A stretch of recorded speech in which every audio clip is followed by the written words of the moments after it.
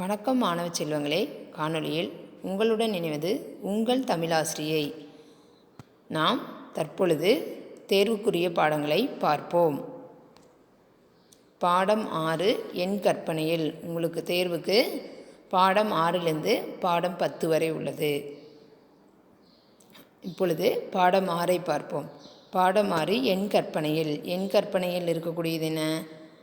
இவங்க 2 பேர் இருக்காங்க இல்லையா, நேயன் நிலா. இவங்க 2 பேரும் கற்பனையில் ஒரு வீடு வரைகிறாங்க. சரிங்களா?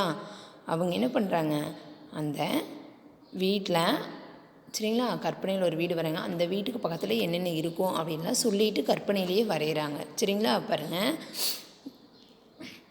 நேயன் நாம் படம் வரையலாமா? ஓ வரையலாமே. என்ன வரையலாம்? வீடு வரையலாமா அப்படின்னு சொல்லிட்டு என்ன பண்ணுறாங்க, சரி வீடு வரைய தொடங்கிட்டாங்க. 2 பேரும் ஆளுக்கு ஒரு பக்கமாக உட்காந்து வீடு வரைகிறாங்க. அப்போ 2 பேர் என்ன பண்ணுறாங்க, தன்னோட கற்பனையில் இருக்கிறதெல்லாம் சொல்லிகிட்டே வரைகிறாங்க. என் வீட்டிலேருந்து பார்த்தால் மலை தெரியும். என் நிலா சொல்கிறாங்க, நேயன் என் வீட்டு பக்கத்தில் ஆறு இருக்குமே. நிலா என் வீட்டின் இரு பக்கமும் மரங்கள் இருக்குமே.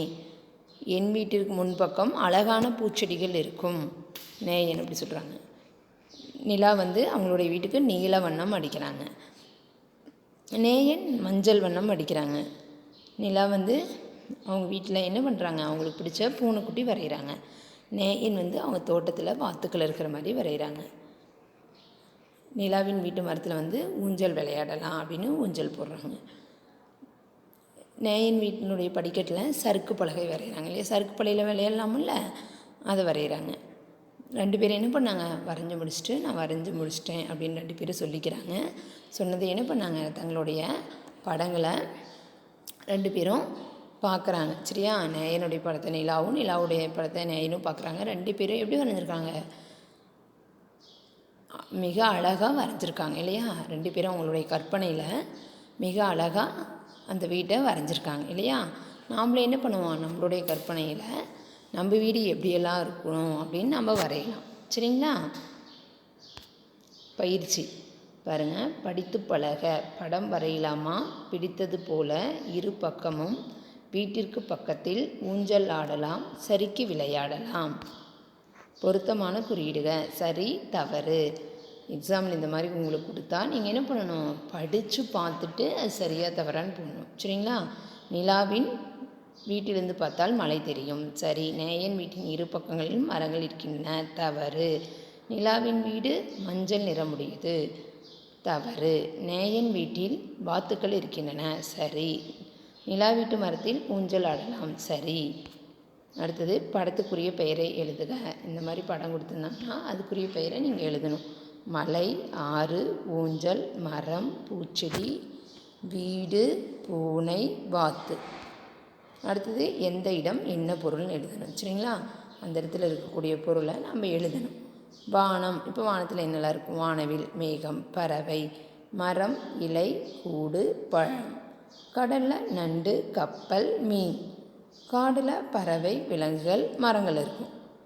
பள்ளியில் ஆசிரியர், மாணவர்கள் இருப்பாங்க, வகுப்பறைகள் இருக்கும்.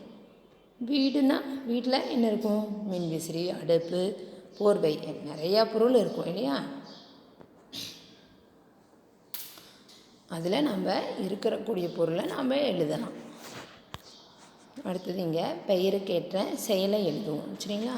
இங்கே பெயர் கொடுத்துட்டாங்க, சிறுமின்னு கொடுத்துட்டாங்க. அப்படின்னா நம்ம என்ன எழுதுவோம், சிறுமிங்கிறது ஒரு பெண்பால் இல்லையா, அந்த பெண்பாலுக்குரிய செயலை நம்ம எழுதணும்.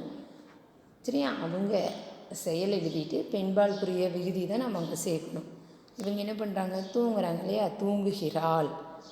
இங்கே என்ன ஆகுது, பட்டம். பட்டம் என்ன பண்ணிகிட்டு இருக்குது, பறந்துட்டுருக்குது இல்லையா, பறக்கிறது.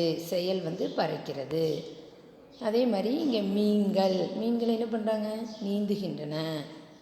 இப்போ இங்கே ஒரு பெண் கொடுத்துருக்காங்க, அந்த பேர் எழுதுணும் இல்லையா, பூங்குழலி. என்ன பண்ணிகிட்ருக்குறாங்க, பாடுகிறாள்.